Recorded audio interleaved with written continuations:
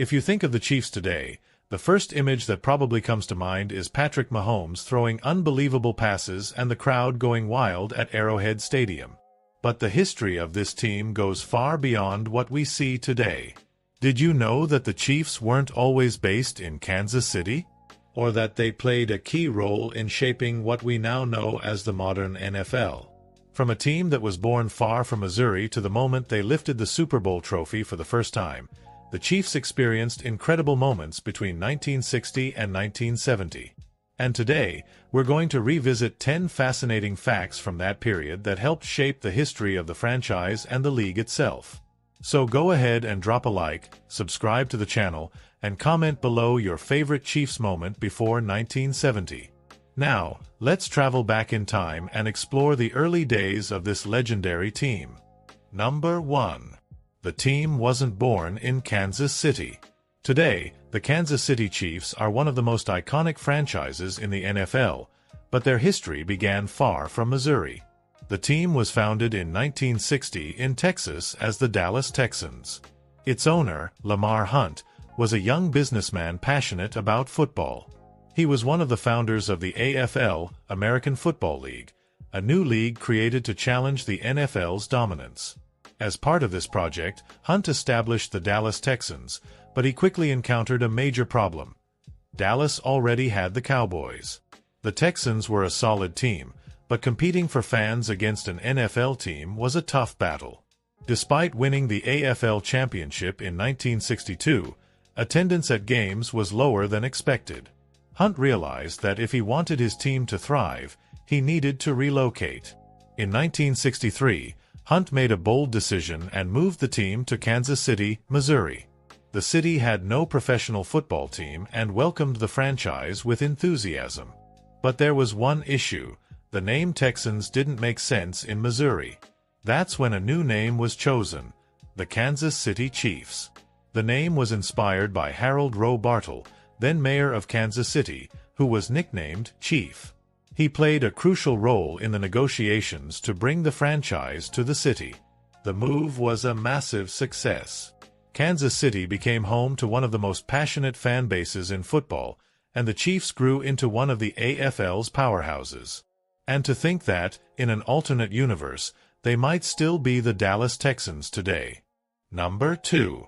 Lamar Hunt and the creation of the AFL. If the NFL is the global powerhouse it is today, much of the credit goes to one man, Lamar Hunt.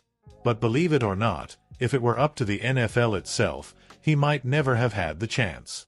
In the late 1950s, Hunt was a young Texas businessman with a deep passion for football. He tried to buy the Chicago Cardinals and even suggested that the NFL create a new franchise in Dallas, but he was rejected. The league believed there was no room for expansion. But Hunt didn't give up. If the NFL didn't want to grow, he would create his own league. In 1959, he gathered a group of businessmen and founded the American Football League, AFL. This new league introduced several innovations, including a more offensive style of play, lucrative player contracts, and dynamic television broadcasts. Hunt also established his own AFL team, the Dallas Texans. However, he quickly realized that competing with the newly arrived Dallas Cowboys in the NFL was a tough challenge. Even after winning the AFL championship in 1962, attendance at games was lower than expected. In 1963, Hunt made a bold decision and moved the team to Kansas City. This became one of the AFL's most significant moves, helping to solidify the league in a new market. The AFL grew so much that by 1966, the rivalry between the two leagues had reached its peak.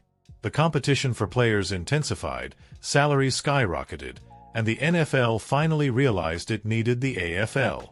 This led to merger negotiations, which were finalized in 1970. Interestingly, it was Lamar Hunt who came up with the name Super Bowl. He got the idea from one of his children's toys, the Super Bowl. The name stuck and became synonymous with the biggest sporting event in the United States. Without Hunt, not only would the Chiefs not exist, but the modern NFL itself could have turned out completely different. Number 3. The name Chiefs has a curious history. When Lamar Hunt moved his team from Dallas to Kansas City, one of the first challenges was finding a new name.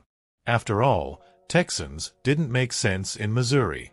The franchise needed an identity that represented its new city, and that's how the name Chiefs was born. Contrary to popular belief, the name wasn't chosen because of Native American tribes. In reality, the inspiration came from Harold Roe Bartle, the then mayor of Kansas City.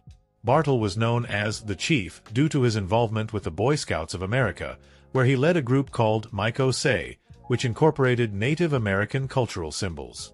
Bartle played a crucial role in convincing Hunt to bring the team to Kansas City. He secured financial backing, promised strong city support, and helped facilitate the transition. As a tribute to his efforts, the name Chiefs was chosen in 1963. Although the name was originally tied to Bartle, it quickly became associated with Native American culture. The team adopted symbols inspired by indigenous tribes, and fans created traditions such as the famous tomahawk chop, a controversial gesture that still sparks debate today. Interestingly, other names were considered before the final decision, including Royals, Mules, and Stars. However, Chiefs won the vote because it sounded strong, commanding, and represented leadership. Since then, the name Kansas City Chiefs has become synonymous with high-level football. And it all started with a mayor nicknamed Chief, who helped bring the team to town. Number 4. Tough early years and the first AFL title. The early years of the Kansas City Chiefs, still known as the Dallas Texans at the time, were anything but easy. Despite Lamar Hunt's ambitious plans for his team, the AFL was still seen as a lesser league, and earning respect was a major challenge. In their first seasons, the Texans struggled both on and off the field. The team had trouble attracting large crowds, as Dallas fans were more focused on the NFL's Cowboys. Even so, Hunt remained confident in the AFL and made key moves, including hiring head coach Hank Stram, one of the most influential figures in franchise history. The move to Kansas City in 1963 gave the team new life. With a less saturated market and a more engaged fan base, the Chiefs began to grow. By 1966, their hard work finally paid off. The team won its first AFL championship. That year, the Chiefs finished the regular season with an 11-2 record, earning a spot in the AFL championship game against the Buffalo Bills. With a dominant performance, Kansas City secured a 31-7 victory, claiming the league title. But the story didn't end there. As AFL champions, the Chiefs earned the right to play in the first-ever Super Bowl against the NFL champions, the Green Bay Packers. Despite being a strong team, Kansas City faced a monumental challenge against Vince Lombardi's powerhouse squad. That AFL championship was a defining moment for the Chiefs, cementing them as a force in the emerging league. But the next step would be even tougher, proving that the AFL could compete with the NFL. Number 5. The legendary defense of the late 60s. If the Kansas City Chiefs became a powerhouse in the AFL and earned respect in the NFL, much of the credit goes to their dominant defense in the late 1960s. While many teams at the time focused on offense, the Chiefs built a defense that was physical, fast, and highly disciplined. Under head coach Hank Stram, Kansas City assembled a defensive unit that would become one of the greatest in football history. The defensive line, nicknamed the Redwood Forest, was made up of massive and highly athletic players. Buck Buchanan, one of the first players from a historically black college to be selected in the first round of the draft, was a cornerstone of this defense. His talent and strength helped set a new standard for the defensive tackle position. The linebacker group was equally impressive, led by Willie Lanier, one of the first black linebackers to become a star in the NFL. Lanier was known for his tactical intelligence and devastating tackles, making him a key piece of the Chiefs' defense. In the secondary, Johnny Robinson and Emmett Thomas ensured that deep passes rarely succeeded against Kansas City. This defensive unit was extremely aggressive, forcing turnovers and making life difficult for opposing offenses. The peak of this defense came in the 1969 season when the Chiefs dominated the AFL and earned a spot in Super Bowl IV. Facing the Vikings, the Chiefs shut down one of the most productive offenses in the NFL, allowing only 7 points in a commanding 23-7 victory. This defense not only helped the Chiefs win a Super Bowl but also proved that the AFL could compete with the NFL on equal footing. Number 6. Super Bowl I. A historic defeat. Today, the Kansas City Chiefs are one of the most feared teams in the NFL. But in 1967, when they played in the first-ever Super Bowl, they were seen as absolute underdogs. After winning the AFL in 1966, the Chiefs earned a spot in what would later be known as the Super Bowl. Their opponent, Vince Lombardi's Green Bay Packers, the NFL's dominant powerhouse at the time. The media and NFL fans viewed the AFL as an inferior league, and few believed Kansas City had a real chance. But in the first half, the Chiefs shocked the world. The game was competitive, and Kansas City went into halftime trailing only 14-10.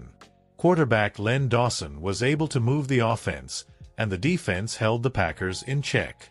For a moment, it seemed like the AFL could truly compete with the NFL. However, the second half was a completely different story. The Packers adjusted their strategy and took full control of the game. Green Bay's defense forced turnovers, and Bart Starr's offense exploited every weakness in the Chiefs' defense. The game ended in a 35-10 defeat for Kansas City. That loss stung, but it was a valuable lesson. Head coach Hank Stram realized the Chiefs needed to be even more physical and strategic to compete with the NFL. The front office invested in key reinforcements, and the defense began evolving into one of the most feared units in the sport. 3 years later, the Chiefs would get a shot at redemption in Super Bowl IV. And this time, the story would be very different. Number 7. Revenge in Super Bowl IV. 3 years after their defeat in Super Bowl I, the Chiefs finally had the chance to prove that the AFL was not an inferior league. And this time, the ending would be different. The 1969 season was special for Kansas City. With a dominant defense and an efficient offense, the team reached Super Bowl IV to face the Minnesota Vikings, the reigning NFL champions. Once again, the Chiefs were underdogs, as the Vikings boasted the league's best rushing attack and a ferocious defense known as the Purple People Eaters. But Hank Stram had a plan. Unlike their experience against the Packers in Super Bowl I, this time, the Chiefs were ready. From the very start of the game, Kansas City took control. The Chiefs' defense completely shut down Minnesota's offense, forcing turnovers and neutralizing the Vikings' powerful running game. On offense, Len Dawson led an intelligent game plan, exploiting the opposing defense with quick passes and well-designed runs. Kansas City built an early lead and never let go. In the fourth quarter, with victory in sight, Hank Stram was famously caught on camera saying, "Keep matriculating the ball down the field, boys." A light-hearted way of telling his team to keep moving forward. The game ended in a 23-7 victory for the Chiefs, securing the franchise's first Super Bowl title and the final AFL championship before the league merged with the NFL. The Chiefs didn't just win Super Bowl IV, they proved that the AFL was every bit as good as the NFL. Number 8. Len Dawson, the face of the franchise. If there's one player who symbolizes the Chiefs in the 1960s, it's Len Dawson. He wasn't just a great quarterback, he was the leader who helped establish the franchise as a powerhouse in football. Dawson joined the team in 1962, back when they were still the Dallas Texans.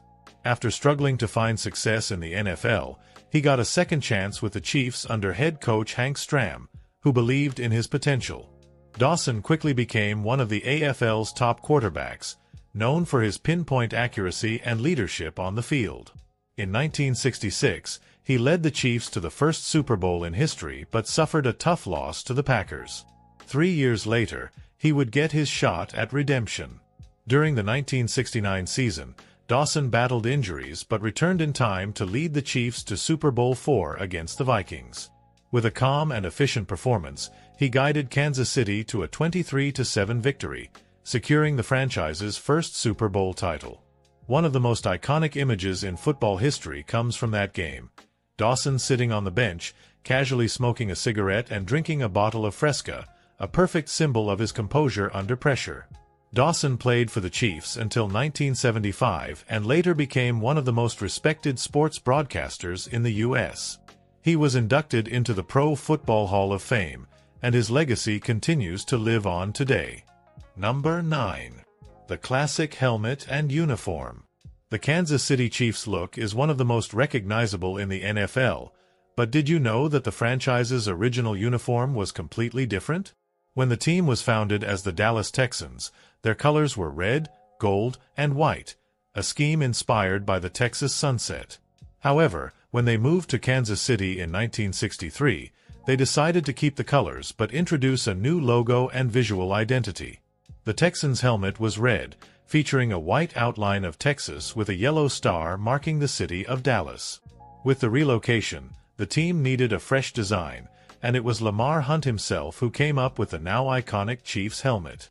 He wanted something that symbolized Kansas City without being overly flashy like some of the other team logos of the era.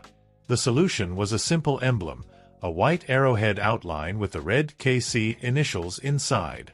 The most interesting detail? The arrowhead shape was hand-drawn by Hunt himself.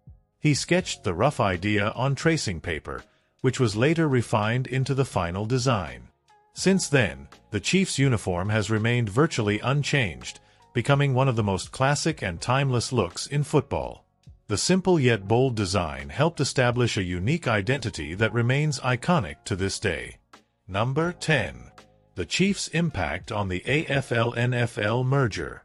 The Kansas City Chiefs weren't just one of the strongest teams in the AFL during the 1960s. They played a crucial role in the AFL-NFL merger, which shaped football as we know it today. By the 1960s, the AFL had grown rapidly, becoming a legitimate rival to the NFL in both viewership and player recruitment. The Chiefs, led by Lamar Hunt, were among the best-managed teams in the league and helped prove that the AFL was a viable competitor. Tensions between the leagues peaked in 1966 when both started offering massive contracts to lure players away from each other. This bidding war became unsustainable and forced team owners to seek a resolution. That's when Lamar Hunt and NFL Commissioner Pete Rozelle began merger negotiations. In 1970, the merger was officially completed. The AFL and NFL combined to form a single league, now split into two conferences: the AFC, American Football Conference, and the NFC, National Football Conference. As a result, the Chiefs became part of the AFC, helping solidify the league's new structure. Beyond that, the Chiefs helped give credibility to the AFL, particularly after their victory in Super Bowl IV. That triumph served as definitive proof that AFL teams could compete on equal footing with the NFL's best. Without the Chiefs and the leadership of Lamar Hunt, the merger might never have happened as we know it. They were instrumental in shaping the modern NFL. The Kansas City Chiefs aren't just a successful franchise, they've been a fundamental part of football history. From their early struggles as the Dallas Texans to their triumph in Super Bowl IV, the team helped shape the NFL as we know it today. With Lamar Hunt, the Chiefs were pioneers in the creation of the AFL and its eventual merger with the NFL. With Len Dawson, they became one of the first great teams of the modern football era. And with a legendary defense, they proved that the AFL could compete head-to-head with any NFL team. But beyond championships and historic moments, what truly makes the Chiefs special is their unique identity. From their iconic red uniforms to the passion of their fan base, Kansas City has built a winning culture that has spanned generations. Whether you're a die-hard Chiefs fan or just a lover of NFL history, there's no denying the impact this team has had on the sport. Without the Chiefs, the modern NFL might not exist as we know it. Now, we want to hear from you. Which of these Chiefs facts surprised you the most? Let us know in the comments. And if you enjoyed this video, don't forget to like, subscribe, and turn on notifications so you never miss out on more football content. Thanks for watching, and see you next time.